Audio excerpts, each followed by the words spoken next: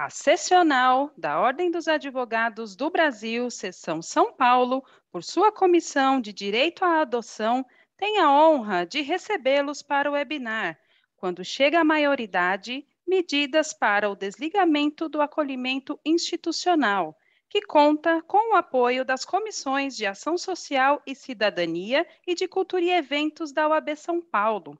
Este evento compactua com os Objetivos de Desenvolvimento Sustentável da ONU. Agradecemos e saudamos as autoridades que compõem essa mesa virtual, os participantes e todos aqueles que contribuíram com a campanha Natal Solidário. Para conduzir a abertura oficial deste evento, anunciamos a doutora Kátia Chimizo de Castro, vice-presidente da Comissão de Direito à Adoção da OAB São Paulo. Doutora, a palavra é sua. Boa tarde a todos. Eu dou as boas-vindas a todos vocês que vieram aqui assistir o nosso webinar, nesse assunto tão importante e que fala sobre a maioridade, né, as medidas que nós temos para o desligamento do acolhimento institucional. E hoje nós vamos ter como palestrantes a doutora Nathalie Riscala Anchiti. Ela é promotora de justiça, né, do Ministério Público de São Paulo. Ela é formada em Direito pela Universidade Cândido Mendes, pós-graduada em Direito Público e Privado pela Escola da Magistratura do Tribunal de Justiça do Rio de Janeiro, promotora de Justiça do Ministério Público de São Paulo, titular da 22ª Promotoria de Justiça de Guarulhos, com atribuição em Infância e Juventude, Direitos Individuais e Difusos na área protetiva. E a gente vai ter como palestrante também a senhora Nilma. Ela é mãe social e ela dirige o Lar Tia Edna há 35 anos. Nós teremos a palestra dessas duas pessoas, uma pessoa voltada para o direito, mas que vai dar uma visão bem legal para a gente, de uma forma bem descontraída, né, daquilo que a gente discute muito, que é o que acontece com os adolescentes quando fazem 18 anos. E depois a Nilma vai falar para a gente um pouco da experiência que ela tem. Como mediadora, a gente tem a doutora Eliane D'Andrea Beltrame. Ela é secretária da nossa comissão e ela vai mediar esse nosso encontro, né? Ela também é presidente da Comissão Especial de Adoção da subseção do Jabaquara, da OAB do Jabaquara. Ela é membro efetiva e primeira secretária dessa nossa comissão, graduada e pós-graduada pela Faculdade de Direito da Universidade de São Paulo e pela Faculdade de Direito da Fundação Getúlio Vargas. Advogada e atua na área civil e faz uma contribuição muito boa na área de adoção, porque entende bastante desse assunto para a nossa comissão. Então, eu vou passar a palavra para você, Eliane, e daí depois você passa para a Nathalie, e eu vou ficar aqui vendo o nosso evento. E pessoal, depois podem fazer perguntas, depois da Nathalie e da Nilma, façam perguntas no chat, se quiserem ir já falando. Elas não vão parar para responder agora, mas depois que elas terminarem a palestra, a gente passa essas perguntas e a gente tem essa conversa informal e as dúvidas que a gente pode tirar com todos vocês, tá bom? Então, Eliane, a palavra é sua. Boa tarde a todos. Quero agradecer pela doutora Nathalie, que nos prestigia aqui com todo o seu conhecimento e experiência, e a senhora Nilma, que está, parece que entrando. Alguma dificuldade, mas logo ela já estará conosco. Esse evento, ele é realizado agora em novembro, porque no dia 9 de novembro a gente teve o Dia Mundial da Adoção, né? Olá, senhora Nilma, seja bem-vinda.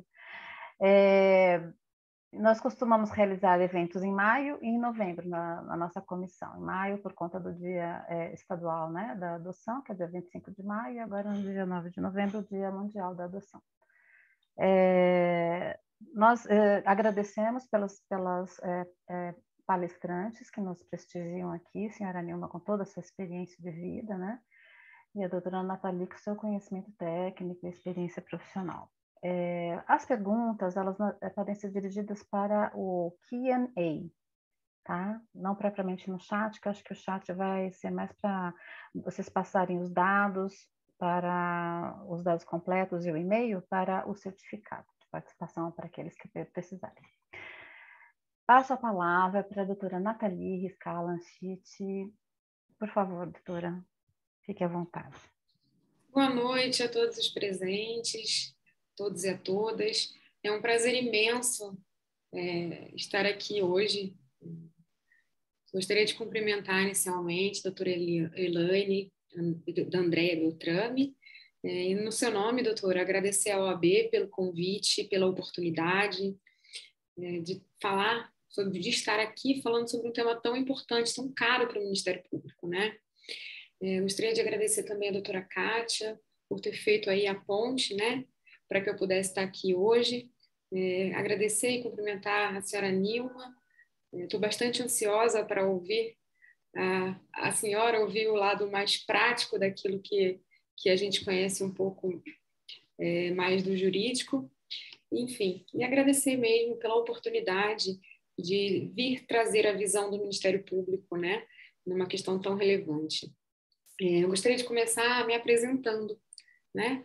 Como já foi dito, meu nome é Nathalie, eu sou promotora de Justiça do Estado de São Paulo há quase 10 anos, e depois de ter atuado em praticamente todas as áreas que o Ministério Público atua, há 6 anos eu passei a atuar, então, na vara da infância e da juventude.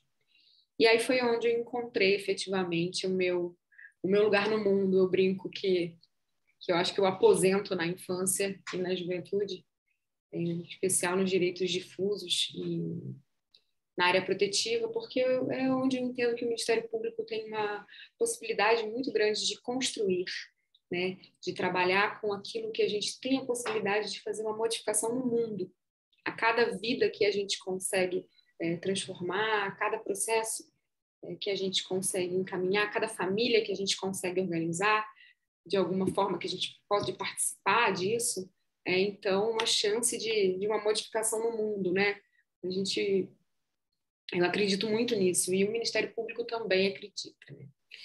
E aí a gente tem já entrando um pouquinho no nosso tema, a gente vê lá, né, o artigo 227 da Constituição, que traz para a gente tudo aquilo de mais bonito que pode existir, né? No mundo do direito, o artigo 227 é a perfeição, né? Ele traz as nossas crianças e os nossos adolescentes como prioridade absoluta, né, para o Estado e como uma corresponsabilidade da sociedade, da família e do Estado, né? É a primeira vez que se fala da criança e do adolescente como uma responsabilidade social de todos, e não só da família ou não só do Estado. Só que a gente sabe que, infelizmente, na prática, essa prioridade absoluta que é garantida pela Constituição, ela não é assim tão respeitada, né? E a gente acaba ficando um pouco, a nossa população acaba ficando um pouco invisibilizada, né? Um pouco invisível mesmo. Principalmente quando a gente trata desse tema que estamos tratando aqui hoje, né? Que são os adolescentes que estão em situação de acolhimento institucional e que já estão ali prestes a completar a maioridade. A verdade é que a gente sabe que as pessoas, o Estado em geral, a gente pensa muito na criança, né? Mas a gente se compadece muito da criança, mas a gente nem sempre pensa como deveria, nem observa como deveria os nossos adolescentes. Estar numa situação de acolhimento institucional é uma situação muito delicada, né? Então, em regra, as nossas crianças e adolescentes não estão no abrigo, como no antigo orfanato, porque são órfãos de pai e mãe. Isso aí, hoje, é a exceção da exceção da exceção, né? 99, talvez, por cento das crianças e adolescentes que estão numa situação de acolhimento institucional, eles lá estão porque sofreram algum tipo de violência, ou de negligência, ou de efetivamente um abandono. E o nosso público que está nas casas. Falando da minha experiência, em Guarulhos, hoje nós temos 6 casas de acolhimento institucional, com 20 vagas cada, então temos 120 vagas de acolhimento institucional e 30 vagas de acolhimento familiar. Em regra, os nossos adolescentes estão no acolhimento institucional. E é uma dificuldade muito grande, porque, em regra, eles chegam para a gente já próximos de completar a maioridade. Até porque os que não chegam próximos de completar a maioridade, a gente faz todo o possível e o impossível para que eles não estejam lá quando completarem a maioridade, né? Para que sejam encaminhados para a família ou substituta ou extensa, enfim, antes que isso ocorra. Mas também é uma realidade que muitos deles vão estar com a gente até fazer 18 anos. E aí vem a grande questão, né? 18 anos e agora? Eu falo que é um tema extremamente relevante, mas uma população extremamente invisível, que acaba caindo no limbo. A gente tem uma situação que, em regra, juridicamente, o Estado se preocupa muito com a criança e com o adolescente. Então, o Estado controla aquela vida, ele controla aqueles espaços até enquanto ele tem 17 anos e 364 dias. No minuto que completou 18 anos, é como se a chavinha virasse. Naquele momento ali, ele entra meio que num limbo, porque ele deixa de ser a prioridade absoluta e ele acaba ficando, de certa forma, a sua própria sorte, né? E isso a gente vê, inclusive, na questão da atuação mesmo do Ministério Público. É uma questão que a gente conversa bastante, é isso, uma vez que a gente faz tudo, tem o processo, fez 18 anos, ele tem que sair do acolhimento, o processo é extinto, e a partir dali o juiz da infância não atua mais, a promotoria da infância não atua mais, o serviço de acolhimento institucional que ele vivia não atua mais, e daí ele meio que tem que andar com as suas próprias pernas, né?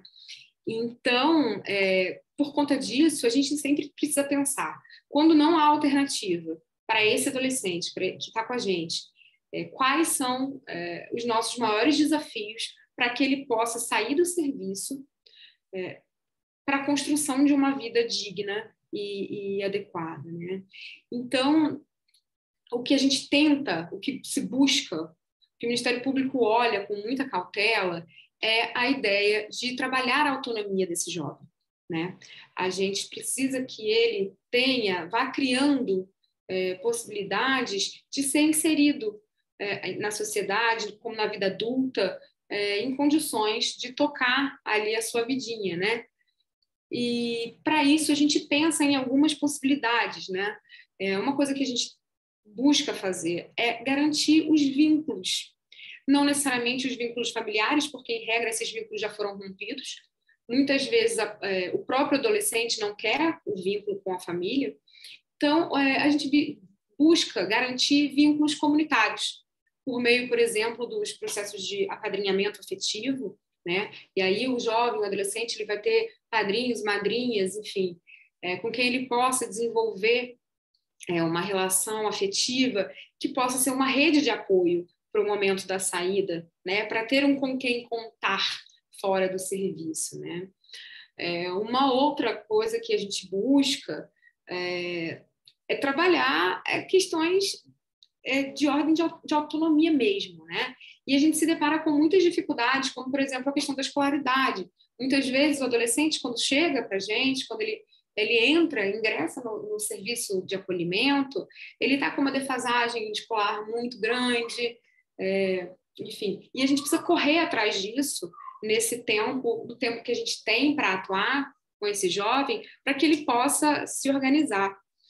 E eu achei muito oportuno esse tema vir nesse momento, porque esse é um momento que o Ministério Público está olhando muito para esse jovem que está prestes a completar a maioridade no serviço de acolhimento. E o Ministério Público, junto com o Ministério Público do Trabalho, junto com o Tribunal Regional do Trabalho de São Paulo, nós estamos desenvolvendo um projeto chamado Aprendiz Paulista. É com muito prazer que eu posso trazer esse projeto do Ministério Público hoje, porque ele tem exatamente esse foco, que é trabalhar a autonomia desse jovem que vai sair né, do serviço do acolhimento. E, assim, por uma coincidência grata, há 2 dias atrás, no dia 16, foi publicado no Diário Oficial do Ministério Público de São Paulo que a nossa instituição vai começar a receber esses jovens como aprendizes no Ministério Público. Então, é um prazer muito grande falar desse assunto, e veio exatamente no momento perfeito, onde a gente está concretizando isso dentro da instituição, não só como o promotor de justiça ali, no trabalho com cada um dos seus adolescentes, mas a instituição jogando luz, dando espaço, dando visibilidade, dando oportunidade para esses adolescentes. E aí, falando um pouquinho, né, do que é esse projeto, o que é o Aprendiz Paulista. Como eu disse, ele é uma iniciativa conjunta do MP de São Paulo, do MP do Trabalho e do Tribunal Regional do Trabalho. A ideia é que os ministérios públicos possam fomentar o contrato de aprendizagem e o Ministério Público do Trabalho, por sua vez, cobrar das empresas que efetivamente cumpram a cota social que trata a legislação, né? A gente tem, eu vou tentar poupar o juridiquês, porque eu prefiro uma conversa mais informal e mais prática, mas uma coisinha ou outra a gente acaba tendo que passar, né? A gente tem na nossa CLT uma previsão do contrato de aprendizagem, e ele traz lá, no artigo 429, um percentual de aprendizes que as empresas têm que ter. E quem são esses aprendizes? Os aprendizes, eles são os maiores de 14 e menores de 24 anos, então, adolescentes e jovens, né? Sendo que esse limite de 24 não se aplica à pessoa com deficiência, tá? Mas, enfim, o contrato de aprendizagem, ele tem como ideia garantir que esses jovens, que esses adolescentes tenham uma formação profissional, recebam por isso, se insiram socialmente, né? E, enfim, criem, a partir desse contrato de aprendizagem, uma possibilidade de inserção no mercado para que possam tocar, né, a sua vida de uma forma autônoma, né? Então, assim, o objetivo principal do nosso projeto é a inclusão social. A matrícula e a frequência são obrigatórias na escola, né? A ideia não é que esses meninos e meninas apenas trabalhem, né? A ideia é que esses meninos se qualifiquem para a vida. Então, eles vão receber formação técnico-profissional, aulas teóricas, enfim, uma série de coisas para que eles se preparem para o mercado de trabalho. E uma das coisas que volta para a gente é ver o projeto Aprendiz também como uma prevenção ao envolvimento infracional ou à reincidência infracional ou aquela situação de vulnerabilidade absoluta da pessoa em situação de rua. Quando a gente trabalha o jovem, quando a gente trabalha o adolescente, para que ele esteja apto a entrar no mercado de trabalho, que ele tenha por onde começar, que ele tenha como oferir renda de forma digna, a gente dá a ele a possibilidade, então, de uma vida adulta muito melhor, né? Então, esse é o objetivo primeiro que o Ministério Público e o Tribunal do Trabalho têm em fomentar isso. É claro que a gente sabe que essa cota ela já está prevista em lei, né? Mas a gente precisa fomentar isso para as empresas que elas cumpram de uma forma mais adequada, porque não basta ele ter o jovem aprendiz ali. É preciso que se olhe para o jovem aprendiz que efetivamente precisa da oportunidade, né? Aqueles que não têm, em regra, oportunidades com tanta facilidade, né? O público, por exemplo, do acolhimento institucional, né? Essas pessoas que vivem, que acabam tendo uma pecha, um preconceito, que têm uma vivência mais dificultosa, que tiveram a escolaridade mais difícil. Enfim, a ideia é exatamente o olhar para esse público, né? No Aprendiz Paulista. E aí o objetivo geral são o fomento da aprendizagem, e o nosso público-alvo exatamente, dentre outros, mas jovens e adolescentes em situação de acolhimento institucional. Então, a ideia é que eles possam estar estudando, que eles possam receber qualificação, que com isso eles descubram alguma aptidão profissional, enfim, e que possam ser inseridos no mercado de trabalho, né? Eu acredito que esse projeto, que é pioneiro do Ministério Público aqui na região de São Paulo, e a ideia é que seja aplicado em todas as comarcas do estado. Nós estamos em fase de formação de comissões em cada comarca, enfim.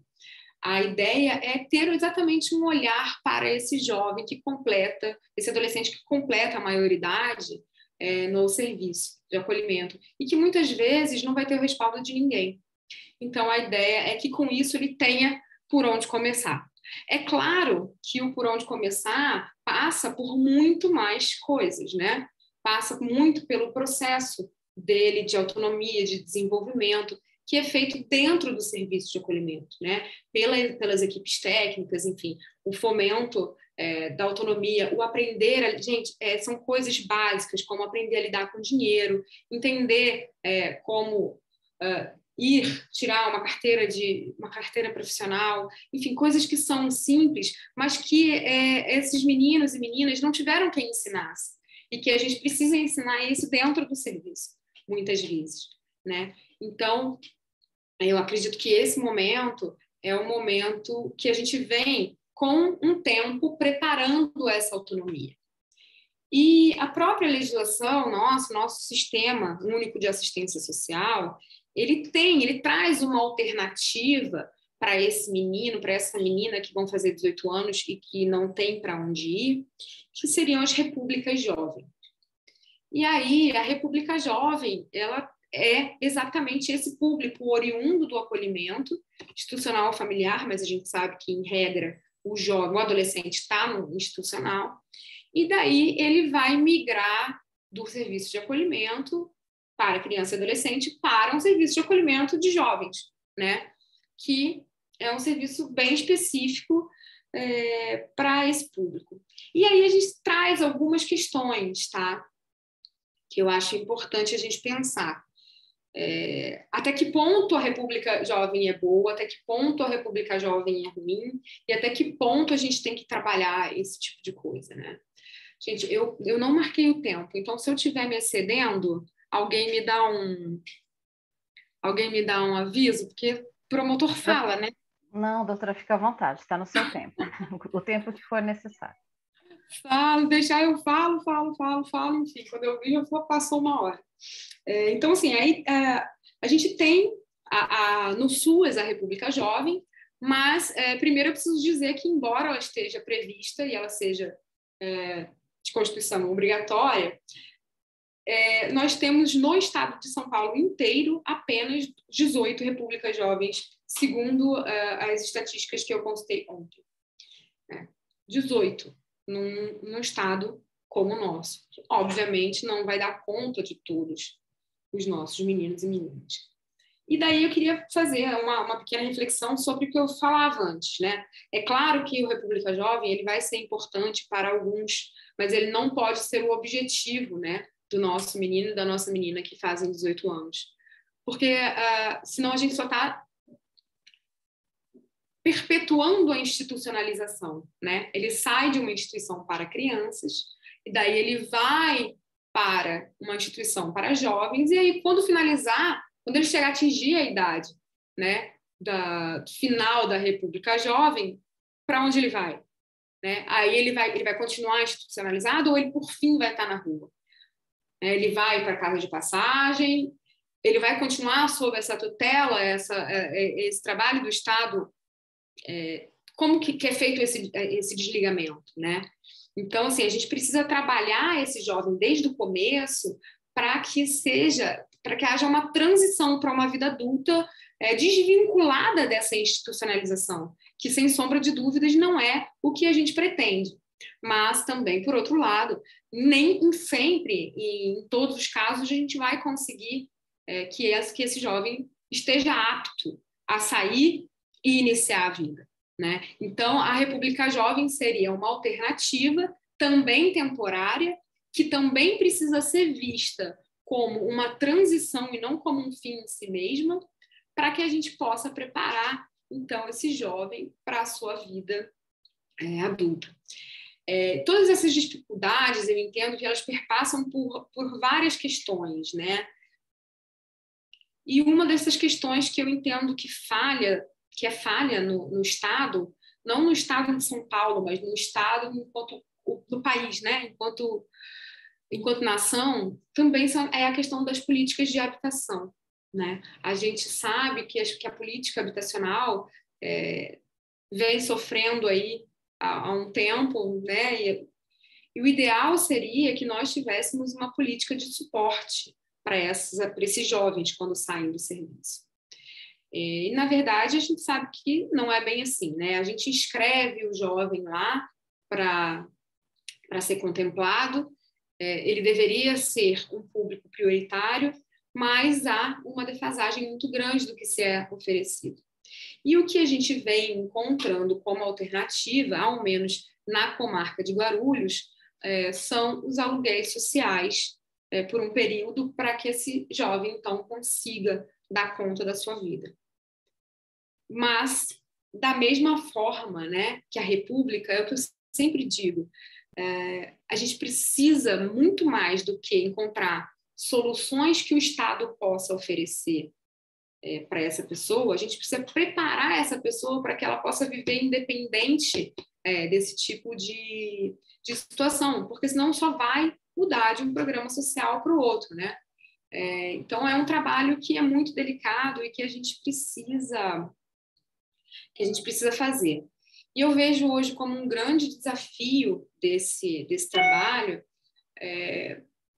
são as limitações que a gente encontra na efetiva execução das políticas públicas, né? Nós temos, posso falar pela minha comarca, existe uma defasagem muito grande de CREAS, uma defasagem muito grande de CRAS, para que faça o atendimento desses jovens, para que possam oferecer, enfim, as secretarias de emprego e trabalho também não exercem o protagonismo que deveriam na formação desses jovens.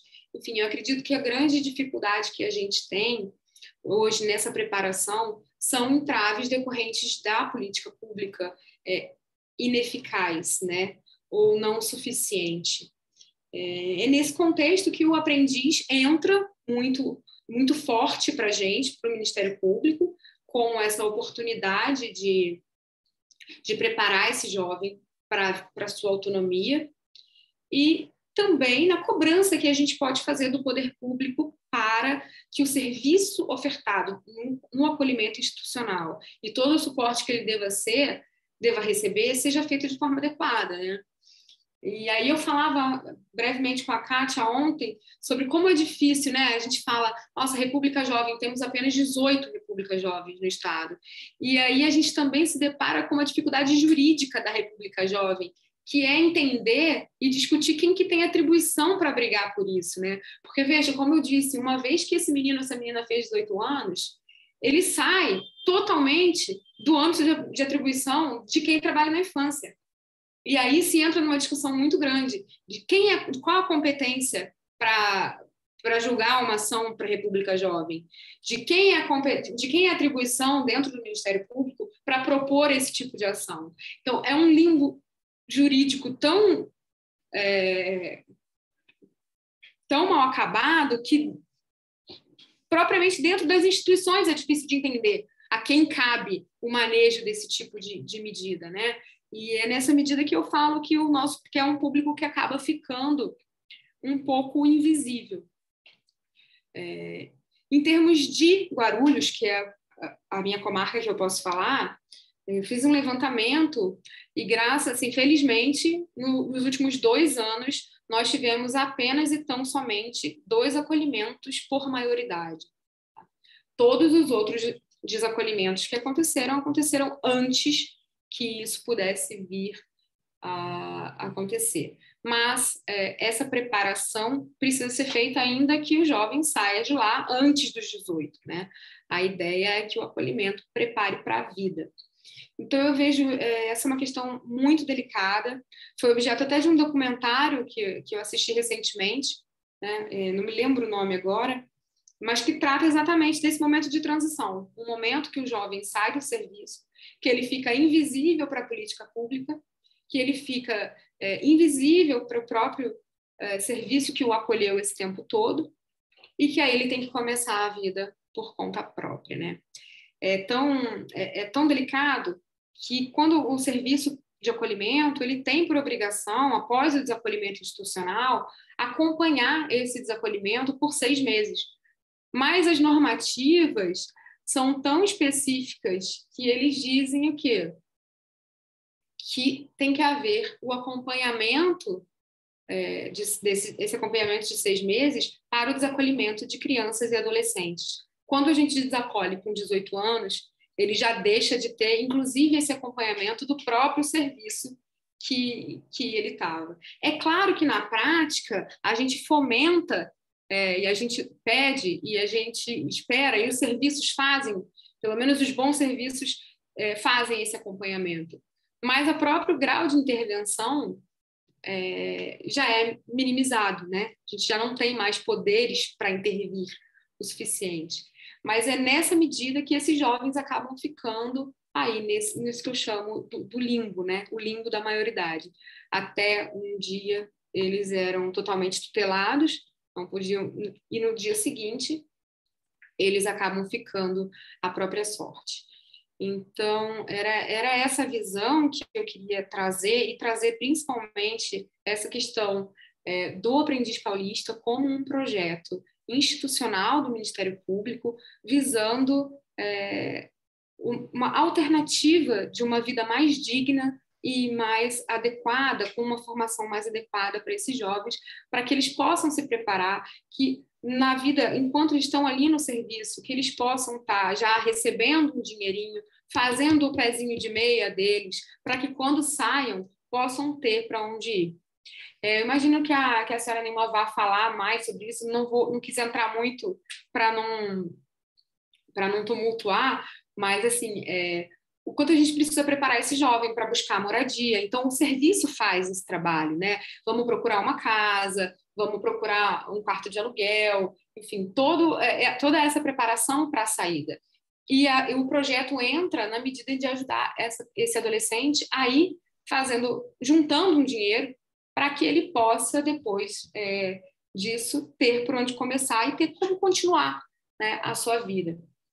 Queria até falar de agora que eu me lembrei, quem tem um projeto bem interessante sobre isso é o Instituto Fazendo História. Tem um projeto muito legal, eles trabalham com os adolescentes exatamente esse tipo de questão, da autonomia, de como lidar com dinheiro, né? Isso é muito delicado, porque a gente não tem educação financeira em regra. E se a gente pensa num público que já é um público que a educação já não é tão... não chega na mesma medida, e que o financeiro também já não chega na mesma medida, a educação financeira é uma questão muito mais importante. Eu tive uma vez um caso de um jovem que ele recebeu alimentos, a gente ajuizou uma ação de alimentos, porque ele tinha família, a família tinha condições, mas era um caso clássico de abandono mesmo. Então, a estratégia que nós pensamos foi, bom, se essa família tem condições e não quer, e a gente não encontrou, não conseguiu trabalhar ela o suficiente para fazer esses vínculos se fortalecerem, então vamos ajuizar uma ação de alimentos para que esse menino tenha alguma coisa quando for sair daqui.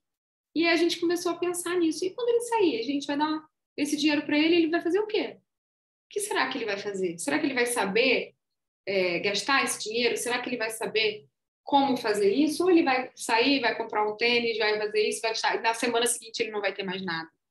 Então, foi daí que a gente, pensando nisso, entendeu a necessidade de trabalhar também essa questão de como lidar com o dinheiro, né? Quanto custa, enfim, quanto custa viver, como que a gente lida, como que vai num banco, a autonomia que a gente precisa trabalhar é do básico, assim, de como se relacionar mesmo no serviço bancário, como lidar com dinheiro, de como entender o custo de uma vida. A gente tende a pensar no serviço de acolhimento como uma super proteção, né, de resolver tudo para aquela pessoa, para aquela criança. A gente precisa poupar aquela criança, aquele adolescente. Mas, na verdade, o trabalho é exatamente o contrário. A gente precisa fazer o trabalho de criar aquele jovem para o mundo, para que ele consiga andar com as próprias pernas.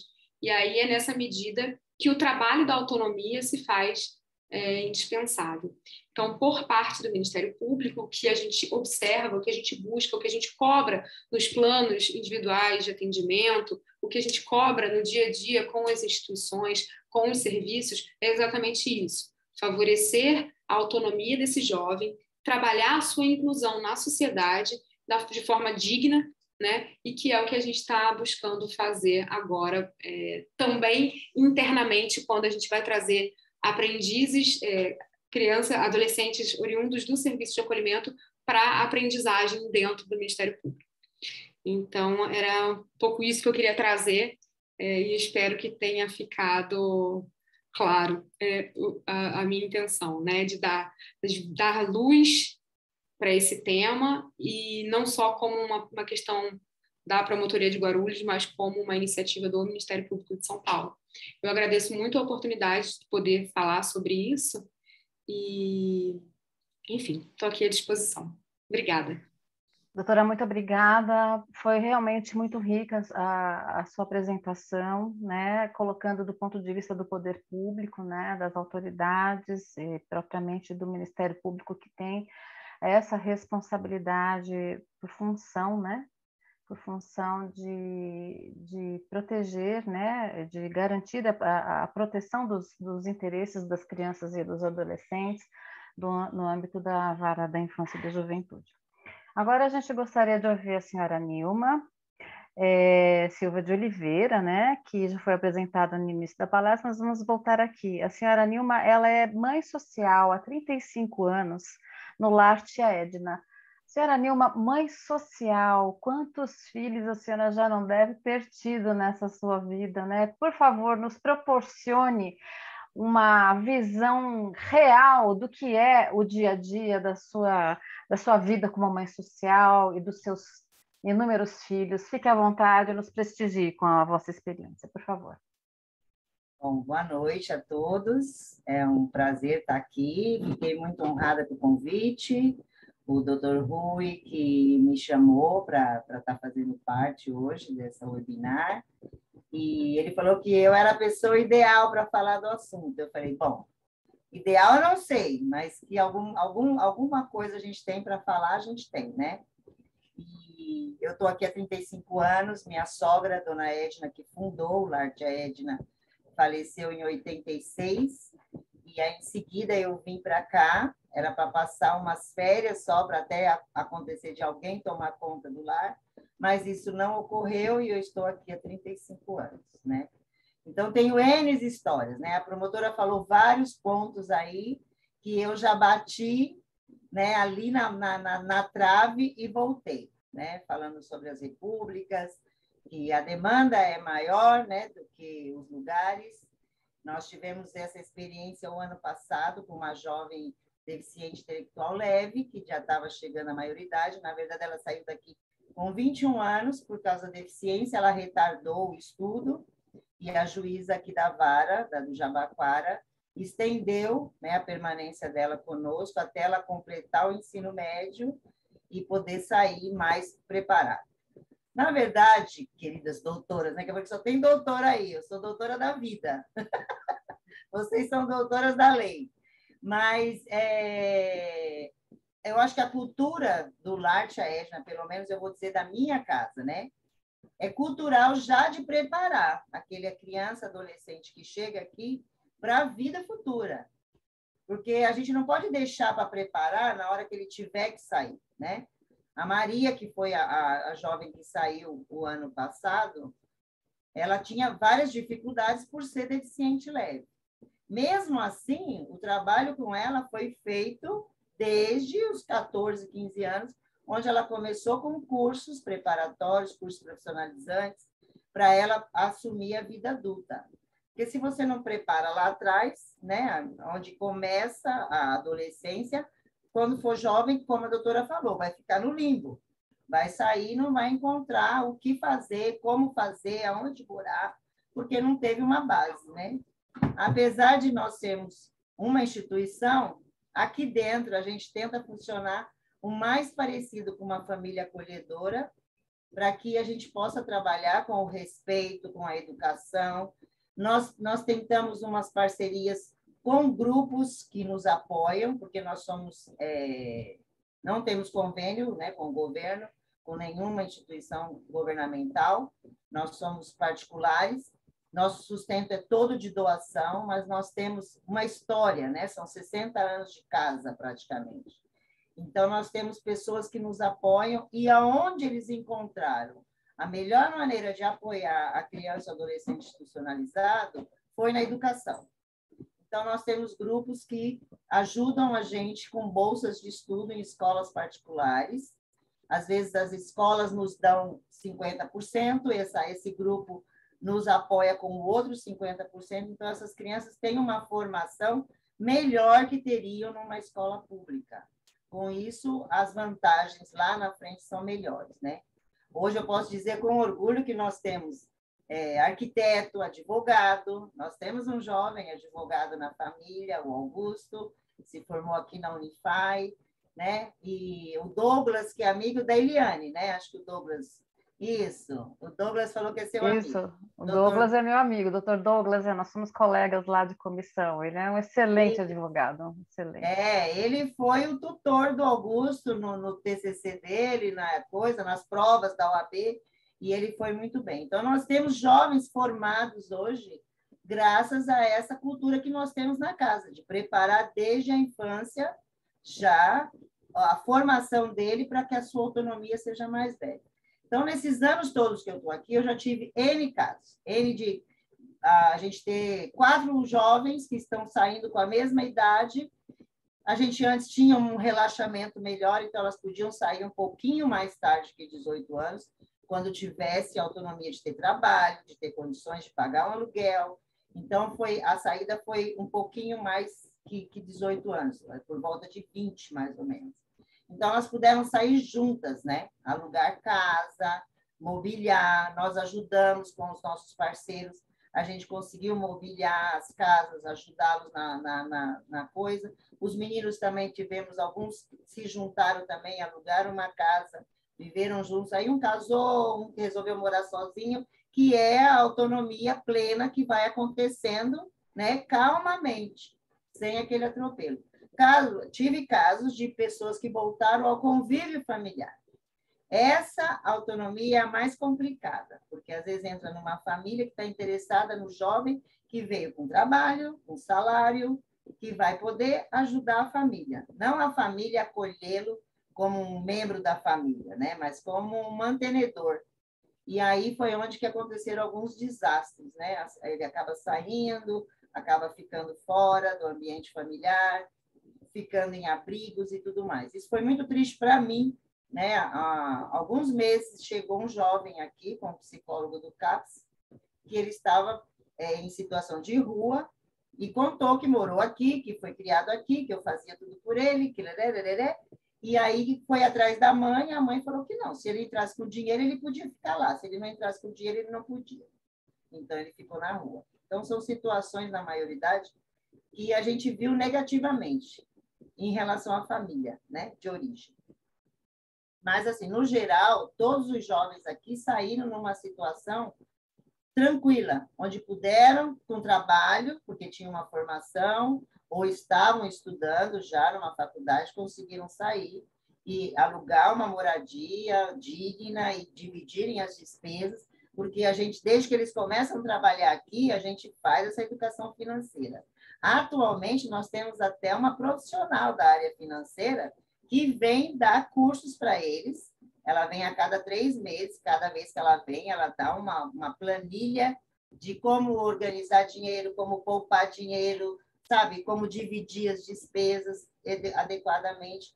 Então, isso contribui para a formação deles. É o que a doutora falou. O serviço de acolhimento tem que ter essa visão de não só proteger, né?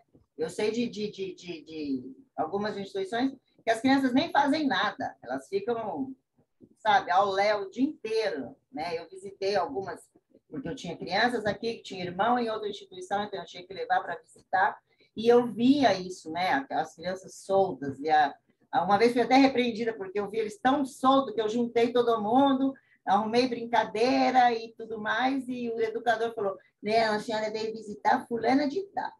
Aí eu falei, ô meu pai, a gente está ajudando, né, e está sofrendo. Mas eu acho que tem que ser cultural da instituição, preparar o adolescente para a vida adulta desde cedo.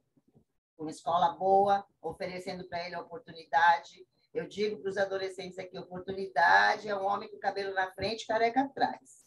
Se você não pegar quando vem, quando passar, você não vai conseguir pegar. Então, eu trabalho muito isso. Ó, essa semana foi semana de provas.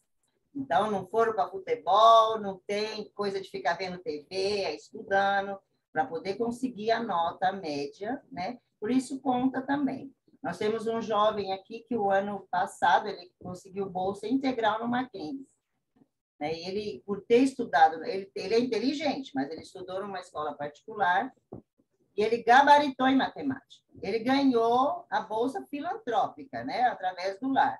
Mas o interesse do colégio foi porque ele gabaritou em matemática. E isso é inacreditável, porque ele falou, tem crianças aqui do colégio que faz a prova e não alcança a média. E ele gabaritou a prova toda, né? E isso deixa a gente muito feliz. Então, ele já está sendo preparado muito bem para o futuro. E todo mundo que fala com ele fala, meu, ser um mackenzista é tudo. Então, não brinca com essa oportunidade, não faz. Ele tem uma madrinha do apadrinhamento afetivo, nós quase todos os adolescentes aqui têm. Graças a Deus, isso é um projeto fenomenal, porque elas apoiam, ajudam, incentivam, e isso é importante, que nem esse menino que está no Mackenzie, a madrinha é até uma juíza federal, doutora Fabiana, e ela incentiva muito ele a ler, ele a progredir, já disse que vai estar ao lado dele quando ele sair, caso ele tenha que alugar um espaço para ele e tudo mais, ela vai estar apoiando. Então, esse programa realmente é importante. Eu achei fenomenal quando começou, né? A gente faz um trabalho para preparar os padrinhos para estarem apoiando, e isso é muito bom, né? É um projeto que dá certo. Fiquei sabendo agora desse, como é, o Aprendiz Paulista, já anotei, já vou passar para a assistente social, para ela ficar de olho, porque nós temos parceiros aqui, né? A gente tem o Instituto Devolver, a gente tem a ANSOP, que é a American Society, por minha sogra ser americana, a gente tem o apoio da sociedade americana, né? No sustento aqui da casa, nas reformas, e também nessas coisas do jovem aprendiz. A gente consegue alguns parceiros para dar dando oportunidade para o primeiro emprego, né?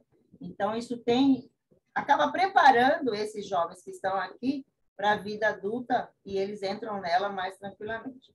Claro que tem alguns que dão trabalho, porque acham que você está ganhando dinheiro, pode comprar o melhor tênis que está na loja, pode ter o celular do ano, e aí a gente tem que dizer, olha, não é assim, né? Você tem que comedir com isso, com aquilo, e vai trabalhando. Claro que alguns dá um trabalhinho, mas na verdade, a maioria dos jovens aqui, eles foram bem encaminhados, porque desde cedo, mesmo os que estudaram em escola pública, mas foram bem encaminhados em projetos, né, que a gente tem, que oferecem alguma profissionalização, a gente ingressa os meninos. Teve uma vez que uma pessoa da MWM tinha o projeto do Jovem Aprendiz lá, e eles dão um curso durante um ano, prepara o jovem em todas as áreas da empresa para depois ele trabalhar ou ser admitido até propriamente pela MWM. Mas, se não, vai ter um bom certificado para entrar em qualquer trabalho, né? E aí, diz que teve uma criança de uma outra instituição que eles falaram que era muito longe, muito trabalhoso, tem que levar, tem que buscar, e lá. Aí ela falou assim, pois eu vou ligar para uma dirigente de uma casa, que se ela tiver que trazer no cangote, ela vai trazer. Mas ela vai botar o jovem no curso. E eu fiz isso mesmo, que ela me ligou, eu tinha um dia para preencher a ficha, levar lá assinada, e não tinha e-mail naquele tempo. Então, eu corri, busquei a ficha, trouxe, nós preenchemos, ele assinou, eu assinei, e entregamos lá no horário estipulado para ele fazer o curso, né? Hoje ele trabalha em logística, foi muito bem aceito, se destacou no curso. Depois eu tive mais 2 jovens e também ingressaram nesse curso, foram bem preparadas, entraram em engenharia de produção, o outro em engenharia mecânica. Então, é isso, é o preparo. Eu falo que a cultura da instituição para essas crianças e adolescentes tem que ser essa, de prepará-lo para a vida adulta, para não acontecer o que a doutora estava falando ali, deles saírem, porque o poder público faz exatamente isso, faz 18 anos, acabou, né? Fica por conta. E nós, assim, aqui o Lar Tia Edna, como nós temos essa política de familiar dentro de casa, então muitos deles continuam em contato com a gente, né? Hoje mesmo tenho uma netinha aqui, tem dia que tem 3, 4, porque já são casados, mas voltam, vêm me visitar, traz os filhos para eu ver. Então, é uma ligação mais ampla, né? Não é simplesmente institucional. Mas eu estou dizendo de mim, né? Eu não sei outras que a gente sabe que trabalha quadradinho, né? Que fez 18 anos, se desliga. E eu sei que acontece de algumas instituições também dar apoio, né? Depois dos 18 anos. Eu conheço algumas que fazem isso. E nós aqui fazemos isso sempre, né? Se tem alguém com necessidades depois que saiu daqui, se a gente pode, a gente coopera, a gente ajuda, né? E faz o possível para ele se movimentar tranquilamente na sua vida pessoal, né? Acho que é isso. Não sei se eu disse tudo, se vocês querem saber mais alguma coisa. Senhora Nilma, realmente não é um trabalho qualquer, né? É um trabalho que exige um comprometimento, uma compreensão do ser humano, né? É um ser humano que, por circunstâncias que fogem ao seu controle, foram colocados em situações de vulnerabilidade, né? Então, aí vem a lei, o Estatuto da Criança e do Adolescente estabelece o que vai acontecer. Mas a gente observa que a sociedade civil, né, as pessoas em geral, podem participar mais desse trabalho também, né? Porque a gente sabe que o Estado tem o seu papel, mas assim, o Estado tem o papel, vamos dizer assim, maior, né? Mas o nosso dia a dia, né? Eu acho que é importante, assim, as pessoas que têm uma profissão, né? Que possam ensinar alguma coisa do que sabem. Eu conheço uma pessoa que numa instituição de acolhimento, na verdade, aí é outra questão também, a questão do entretenimento, né? Que esse rapaz, ele ia aos sábados nesse lar, né? Nessa casa institucional, que fica em Santana, e ele ia aos sábados, levava 2 cachorros que ele tinha, que para as crianças brincarem com os cachorros, não era nada demais, eram os cachorros grandes, bonitos. E ele passava horas com elas ali no sábado, né? Às vezes ele passava numa casa de esfirra e comprava aquelas caixas, né, de esfirra e tal, com bastante quantidade, assim. Eu perguntava, mas vai festa, aniversário? Não, não, isso aqui é porque hoje é lanche, né? Um dia para a gente ter uma confraternização. Então, assim, esse rapaz, o que ele ganhava com isso? Ele ganhava afeto, ele ganhava, vamos dizer assim, o carinho dessas crianças, desses adolescentes, e essa troca, ela é muito saudável para o ser humano, né? Porque a senhora colocou aí, se me permite, né? A senhora colocou aí a questão dos rapazes e das meninas que entraram na faculdade, que gabaritaram em matemática. Claro! Quem disse que essas crianças e esses adolescentes são inferiores a nós, que não estamos na situação deles? Quem disse? Né? Então, realmente existe esse olhar, né, para... Eu falo isso porque sou mãe por adoção e o meu filho tem, né, essas características e a gente vê que é uma questão de oportunidade, de incentivo. Logicamente vão dar trabalho, vão criar dificuldades, porque não vieram para facilitar mesmo. Mas o potencial que cada um desses seres humanos que estão na condição de crianças ou de adolescentes ou jovens precisam de apoio, né?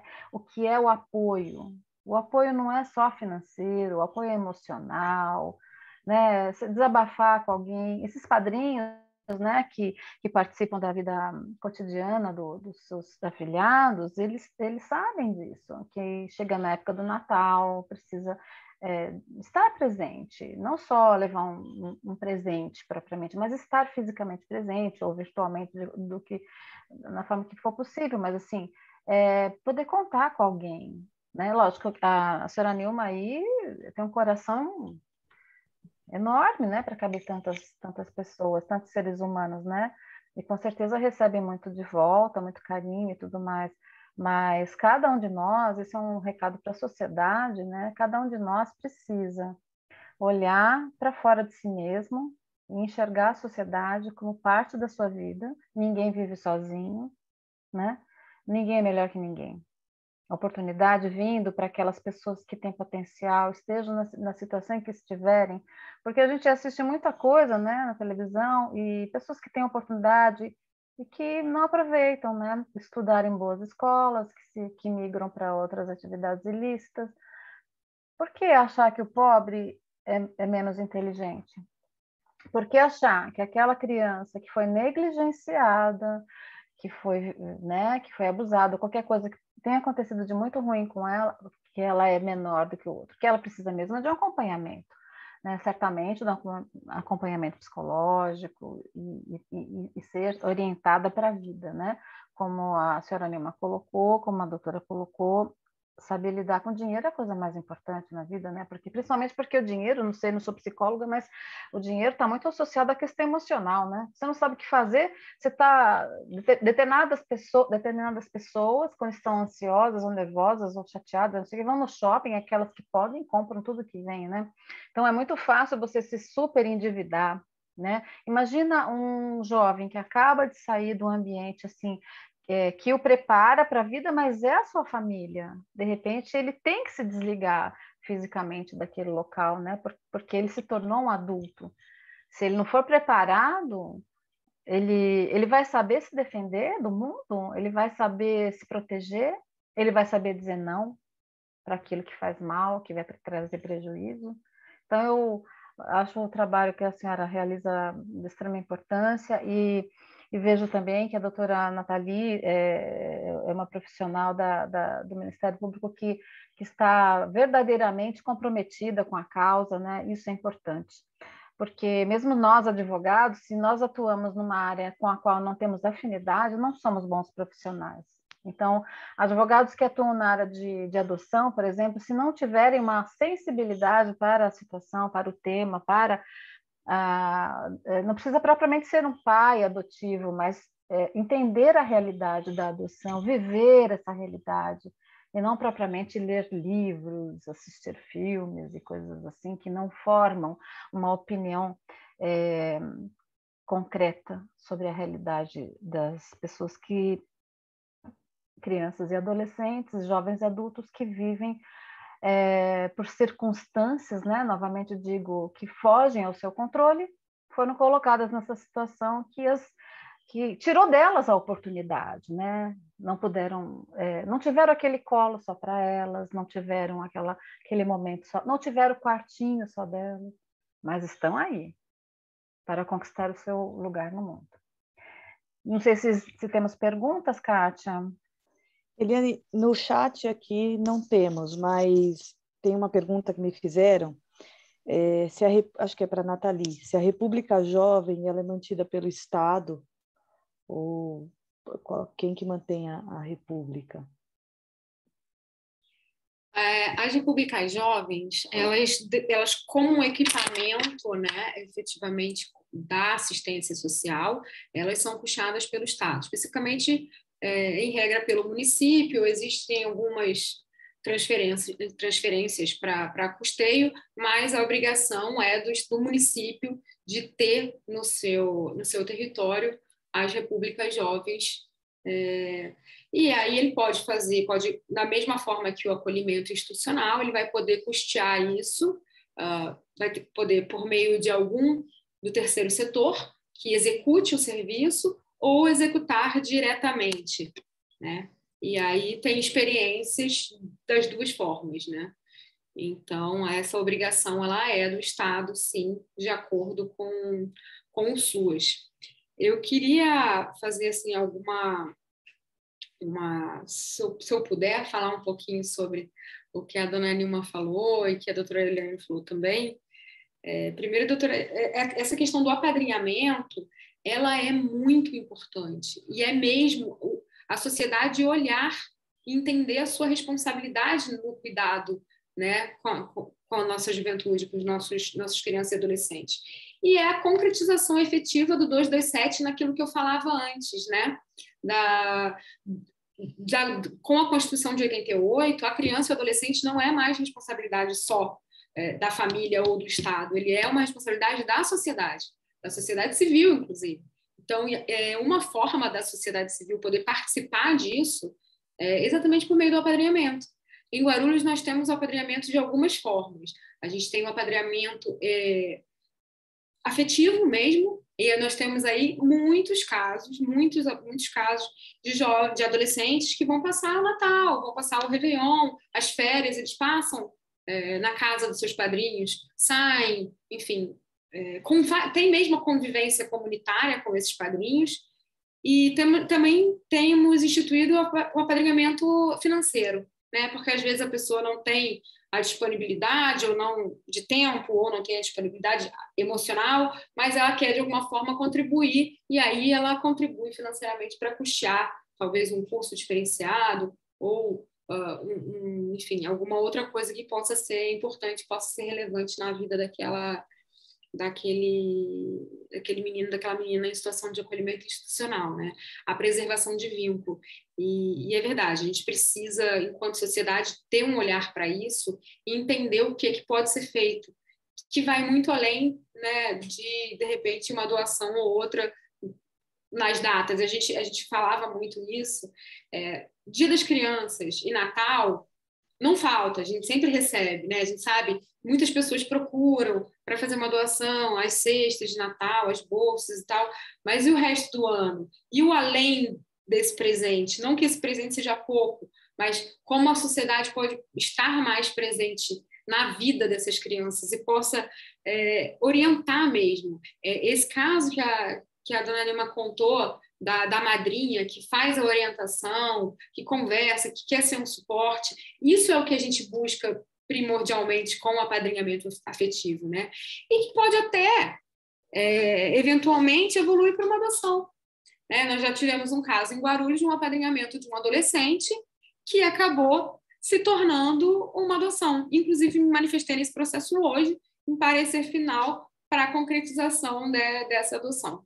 Começou como um apadrinhamento, começou a passar os finais de semana, foi em guarda, e por fim agora vai fazer 18 anos, mas já foi adotado, vai ser adotado antes, né? E aí a participação da sociedade nos cuidados com os nossos jovens pode se dar de várias medidas, né? E a gente precisa jogar luz nesse tema mesmo, porque muitas vezes as pessoas não sabem como fazer. Às vezes as pessoas querem fazer e não sabem como.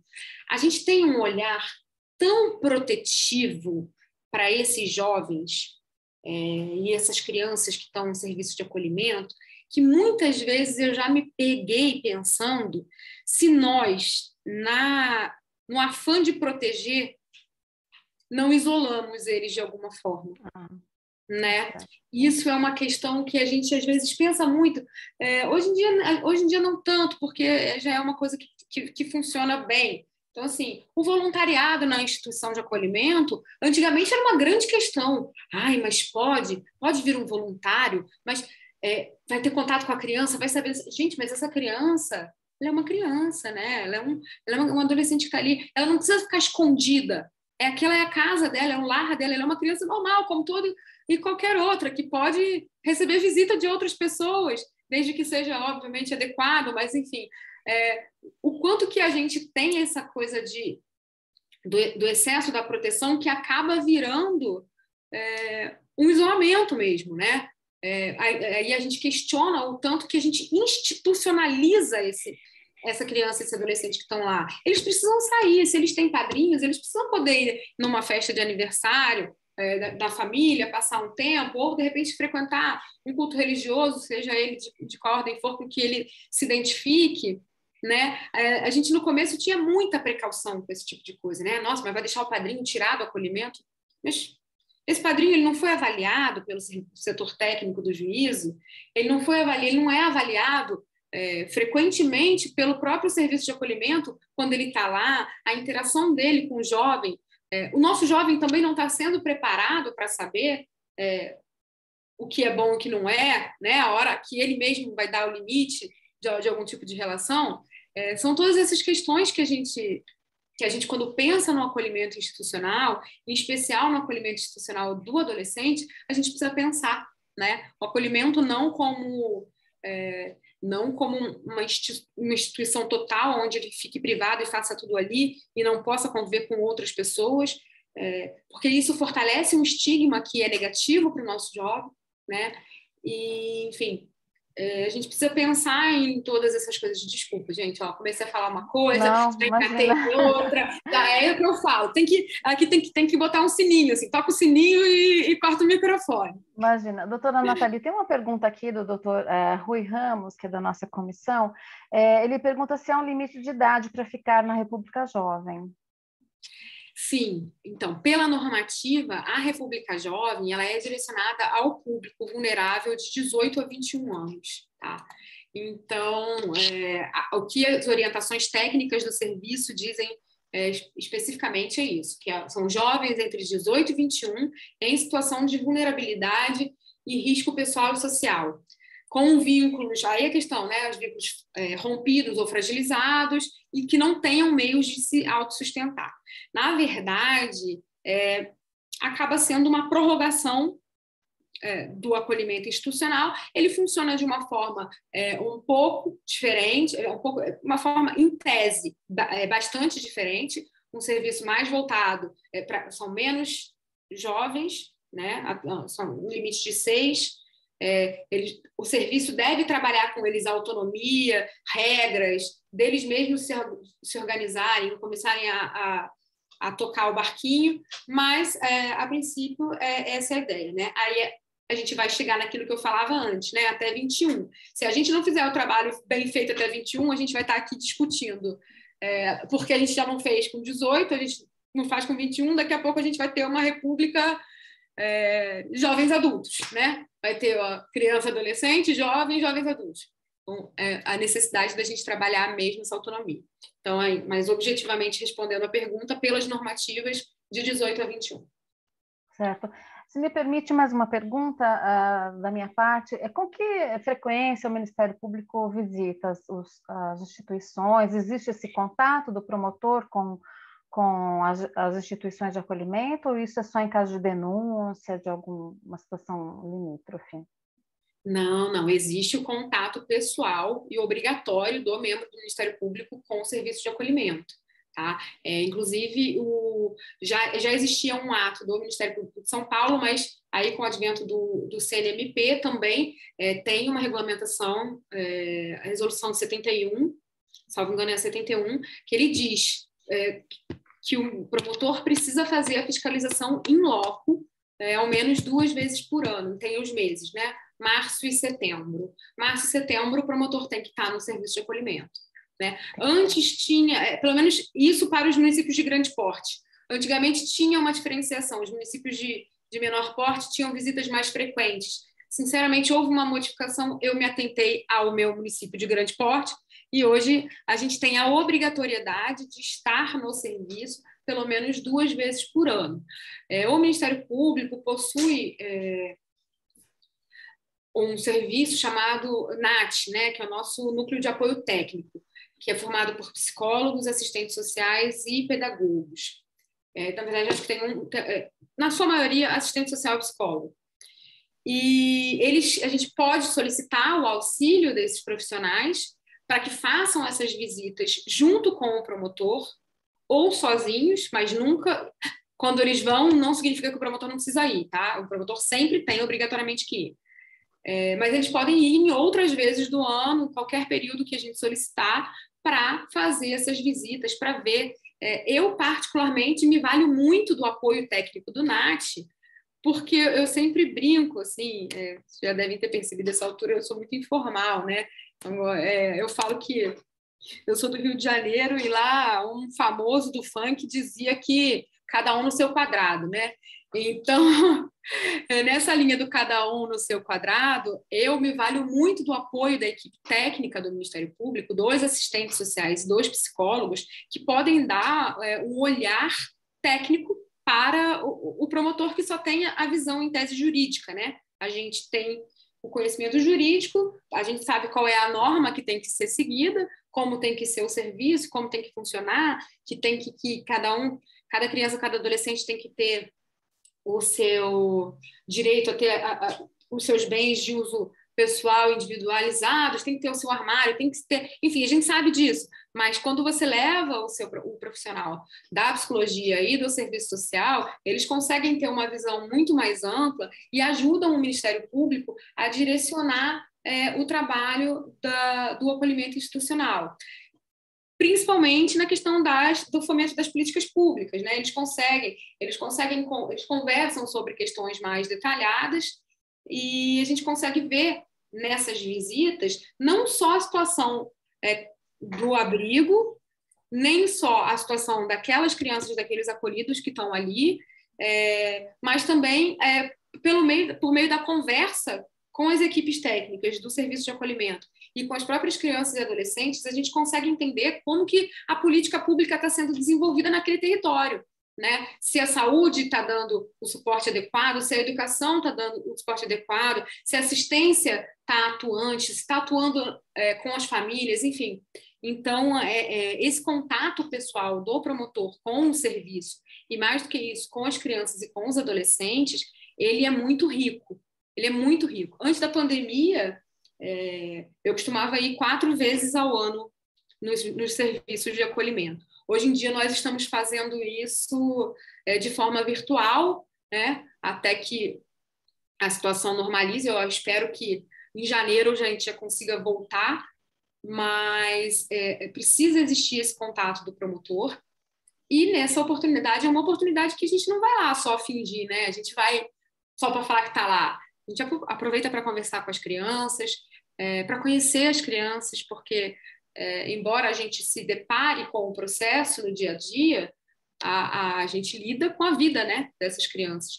Então, você saber como é o rostinho, como ele se comporta, se ele é mais extrovertido, se ele é menos extrovertido, enfim, tudo isso é muito rico para a gente atuar no trabalho com aquela criança ali, mesmo que no processo. Então, sim, a gente vai...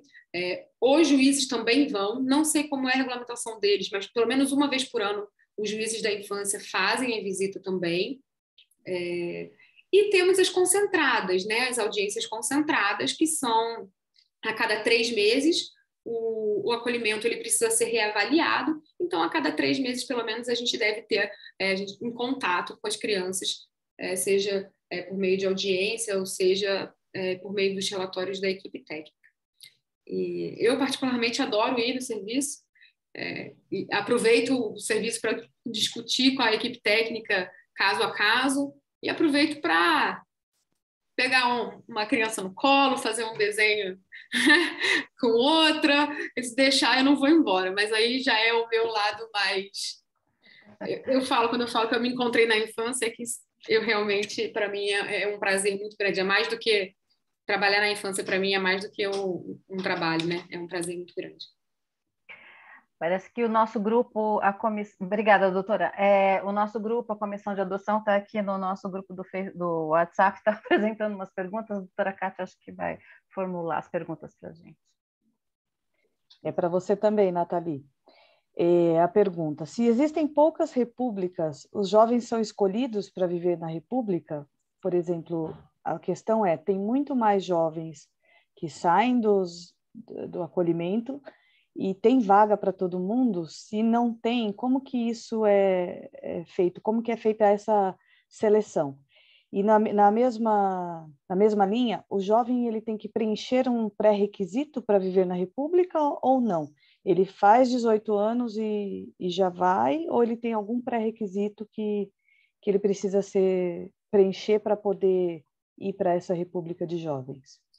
Então, na verdade, existem os pré-requisitos, são aqueles que eu disse antes, né? Que em regra, todo jovem, pelo menos a grande maioria dos jovens que vai fazer 18 anos no acolhimento vai preencher, né? Porque se ele está no acolhimento institucional para adolescente, ele está em situação de vulnerabilidade e de risco pessoal, né? Então, como que é feito isso? São pouquíssimas vagas, né?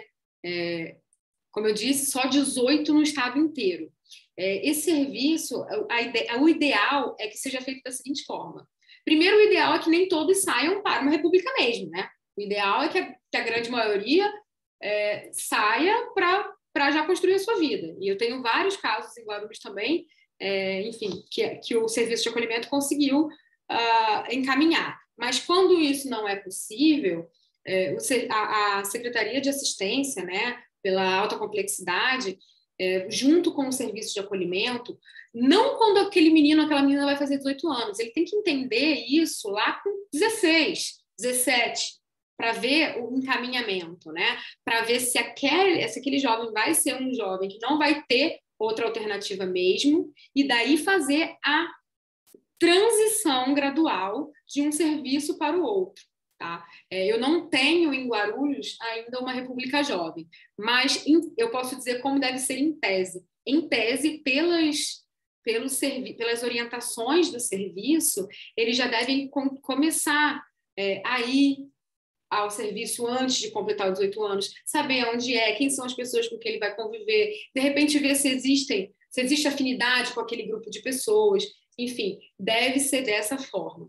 E aí, na prática, quando a gente se depara com a situação do jovem que completou 18 anos, a gente não tem a vaga na República ou não tem a República e não tem alternativa, o que acaba sendo uma alternativa para esse jovem é a casa de passagem, que é um outro equipamento SUS, né, que é para o adulto em situação de vulnerabilidade, e aí ele acaba indo para essa casa de passagem até que ele possa se organizar. Mas a gente vai evitar ao máximo isso. Na verdade, a gente vai evitar ao máximo que ele vá até ter a necessidade da República. Porque, primeiro, a gente quer evitar que ele faça 18 anos no serviço. A gente quer que ele já tenha a vida encaminhada antes. Depois, se ele for fazer 18 anos no serviço, a gente vai pensar nas alternativas, como o fomento da profissionalização, para que ele tenha renda e ele possa alugar um quartinho, ou que ele possa alugar uma casa, ou um local para ele morar, enfim.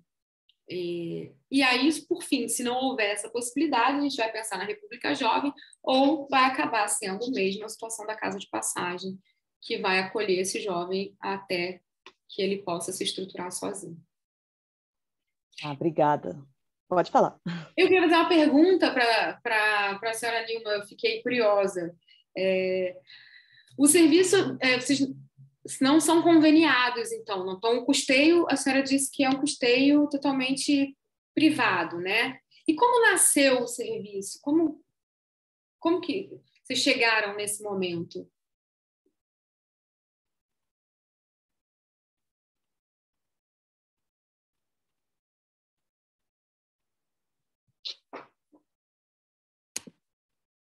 Eu não ouço. O microfone está fechado, Nilma. Isso. Então, é que nós temos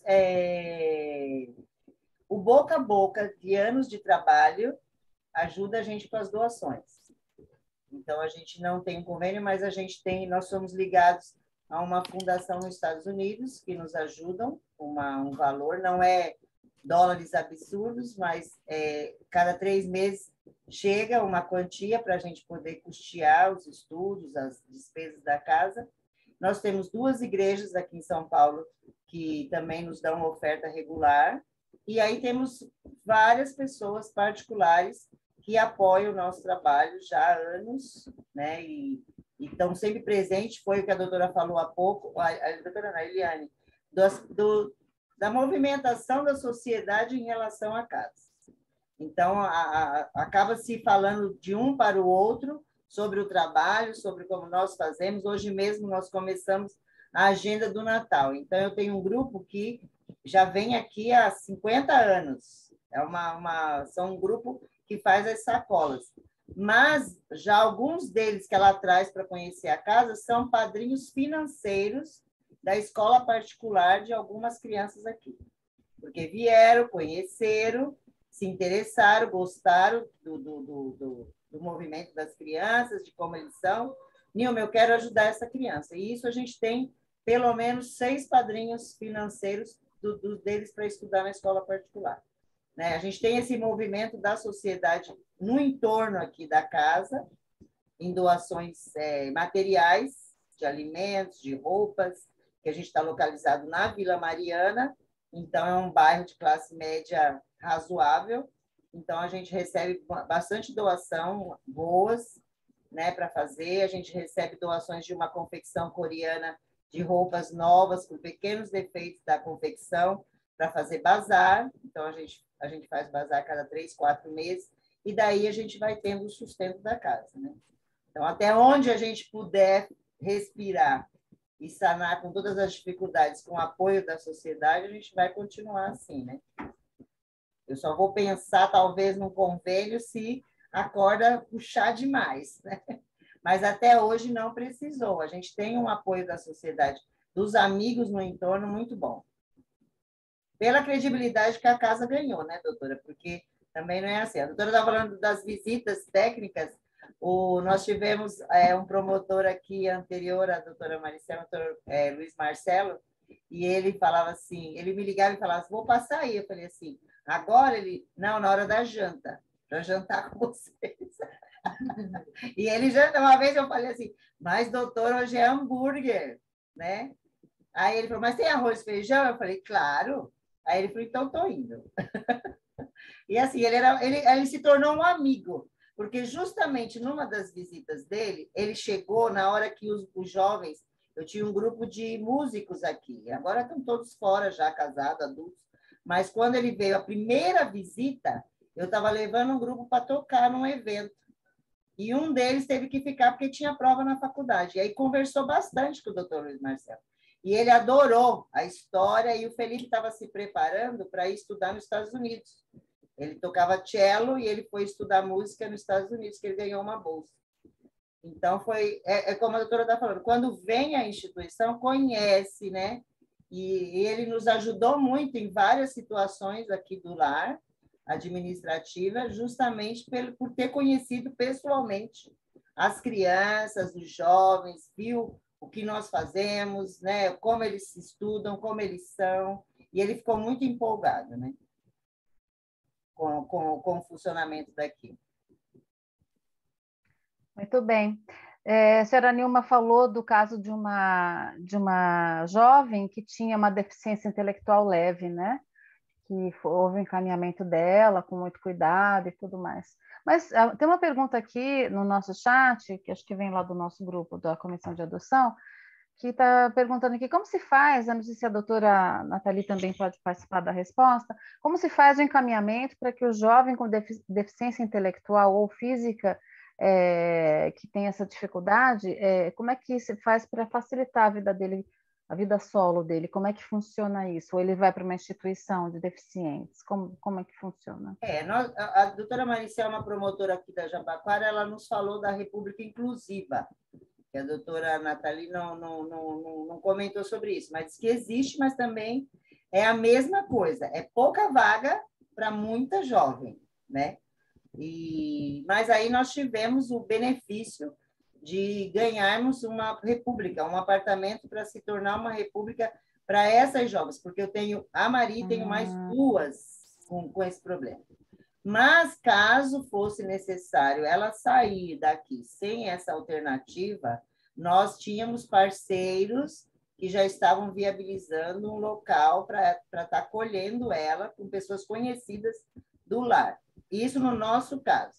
Mas foi apresentado para a gente a República Inclusiva, né? Nós fomos saber, foi pedido ao CREAS a solicitação de vaga, mas não tinha a vaga, e aí nós recebemos a resposta, mas aí nós explicamos que ela já estava encaminhada para estar indo para essa república que nós criamos através do lar mesmo, né? Que é ligada agora, né? É uma sequência. A gente observa Estamos fazendo com as regras que existem também nas repúblicas fora também, né? Que vai ter um limite de tempo para ela se organizar e poder sair também. A gente observa que a administração da instituição de acolhimento, ela tem que ser feita com bastante profissionalismo mesmo, com preparo, né? O administrador tem que estar, ele realmente tem que pensar no grupo todo, né? E tem que estar preparado para decidir, né? Para o bem da maioria. Tem uma outra pergunta. Nós tivemos o apoio do Instituto Jô Clemente, que trabalha com a preparação dos jovens para o trabalho. Então, que era a antiga PAI, né? Agora é Instituto Jô Clemente. Sim. E ela foi preparada para o trabalho. Logo que ela entrou no curso, eles já conseguiram uma vaga de trabalho. Ela trabalhou na Câmara Municipal por 2 anos como jovem aprendiz. E foi um aprendizado, né? A gente tinha que levar no começo, tal, mas ela aprendeu depois a andar sozinha, ir e vir. Lá dentro da Câmara, ela se movimentava tranquilamente. E depois, agora, ela trabalha no Starbucks também pelo Instituto Jô Clemente, que conseguiu essa vaga inclusiva, né? Que é a cota das empresas que a doutora estava falando. Tanto para jovens comuns, normais, né? E para jovem também com deficiência. Ótimo. Sobre essa questão, se eu puder fazer um complemento, essas residências que a dona Nilma comentou, eles existem de 2 modalidades, tá? Tem as residências inclusivas e as residências terapêuticas. São equipamentos diferentes. As residências inclusivas, elas são destinadas às pessoas com deficiência, tá? Intelectual, motora, pessoas com deficiência visual, enfim, auditiva, e ela vai se diferenciar de acordo com o público que ela vai receber. Já as terapêuticas, elas se destinam especificamente às pessoas com doença mental, tá? Então, aí são 2 tipos de equipamento diferentes. As residências terapêuticas, que são para as pessoas com problemas de ordem mental, elas são equipamentos da saúde, elas têm um suporte psiquiátrico, enfim. Já as terapêuticas, que são para pessoas com outros tipos que são pessoas com deficiência, já são um serviço da assistência social, né? Porque a gente precisa pensar hoje, com o Estatuto da Pessoa com Deficiência, enfim, com toda a transformação social, a gente não pensa mais na pessoa que possua algum tipo de deficiência como uma pessoa incapaz, pelo contrário, né? Tanto que a gente não fala mais na interdição, na curatela daquela forma, ela não é mais uma pessoa tutelada. Ela, na grande maioria das vezes, a limitação não é a dela, a limitação é do ambiente, das pessoas, de como lidarem com aquela particularidade, né? Então, o ideal é que esses locais específicos, né, as residências inclusivas, enfim, elas sejam também muito excepcionais, para que elas tenham, essas pessoas devem ter o mesmo tratamento, o mesmo desenrolar, o mesmo investimento na autonomia, e a gente busca muito a autonomia da pessoa com deficiência, para que ela não precise se valer desses serviços, mas são tipificados, equipamentos tipificados, que também, da mesma forma como a senhora Nilma falou, não tem suficiente, não tem em todos os lugares, também não devem ser a solução definitiva, devem ser transitórias, né, mas existem aí esses equipamentos que estão previstos na nossa legislação. Muito obrigada, doutora. Aqui tem uma pergunta aqui da senhora Balbina dos Santos. Ela pergunta: como conhecer as regras do apadrinhamento? A partir da identificação de uma pessoa em potencial? Eu acho que no Tribunal de Justiça tem um manual sobre apadrinhamento afetivo e apadrinhamento financeiro, acho que no site do tribunal, mas não sei se a doutora tem alguma outra informação sobre essa questão. Na verdade, no site a gente encontra, mas o caminho mais fácil, talvez, é entrar em contato com a vara da infância e da juventude da sua região, né? Seja no cartório, seja com a equipe técnica. Muitas pessoas, quem já conhece, por exemplo, o serviço de acolhimento, que já é um voluntário, enfim, o próprio serviço de acolhimento também pode fazer a ponte. Mas o caminho mais prático, mais fácil, é buscar as informações no cartório, tem uma pequena habilitaçãozinha para que possa ser um padrinho também, né? Também vai ter que ser avaliado, também vai ter que ver as condições.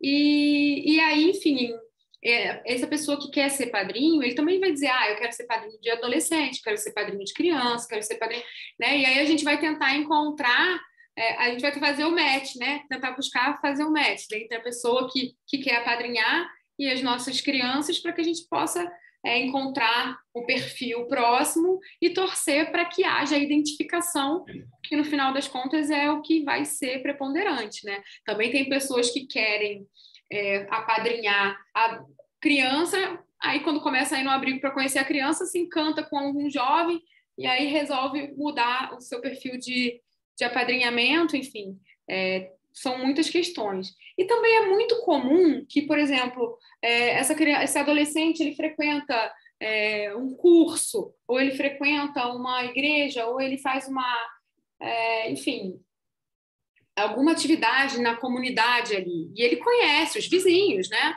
Porque ele convive ali. E muitas vezes a gente já tem o padrinho que ele vai com a finalidade, ele já se identificou, já tem uma relação com aquela criança ou com aquele adolescente, e ele vai buscar aquele apadrinhamento daquela pessoa com quem ele já tem um vínculo de afetividade, né? Enfim, então esse é o caminho aí do apadrinhamento. Eu gostei de ouvir a dona Nilma falar do promotor que vai jantar, porque aí eu não me sinto culpada, porque eu vou sempre comer bolo, tomar café, sempre tem que ter café em bolo quando eu vou. Café sem açúcar, que eu já chego lá, já sabe, sem açúcar, né? A doutora vive de dieta, tá sempre tomando café sem açúcar. E é legal falar disso, porque eu tenho a impressão de que as pessoas não têm noção de que existe esse contato tão próximo do promotor com o serviço de acolhimento, né?